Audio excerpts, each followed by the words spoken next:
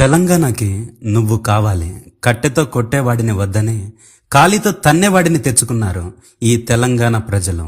హైదరాబాదుని అభివృద్ధి చేస్తాడనుకుంటే హైడ్రాను తెచ్చి పేదవాళ్ల ఇళ్లను కూల్చి శ్మశానాలు చేశాడు ఈ రేవంత్ రెడ్డి.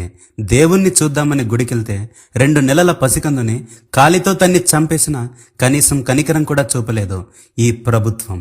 ఇప్పుడు ఖమ్మంలో పేదవాళ్ల ఇళ్లను కూల్చేసి తీరని అన్యాయం చేసింది ఈ కాంగ్రెస్ ప్రభుత్వం.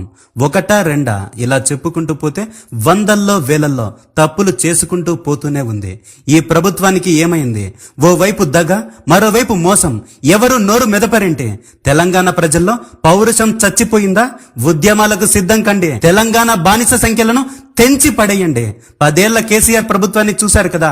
కేసీఆర్ వద్దనే కదా కాంగ్రెస్ ప్రభుత్వాన్ని ఏరికోరి తెచ్చుకుంది. ఇప్పుడు ఆ కాంగ్రెస్ ప్రభుత్వమే కాలకూటమై విషం చిమ్ముతుంది.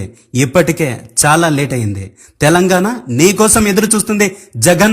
జనం సిద్ధంగానే ఉన్నారు. మరి జగన్ సిద్ధంగా ఉన్నాడా?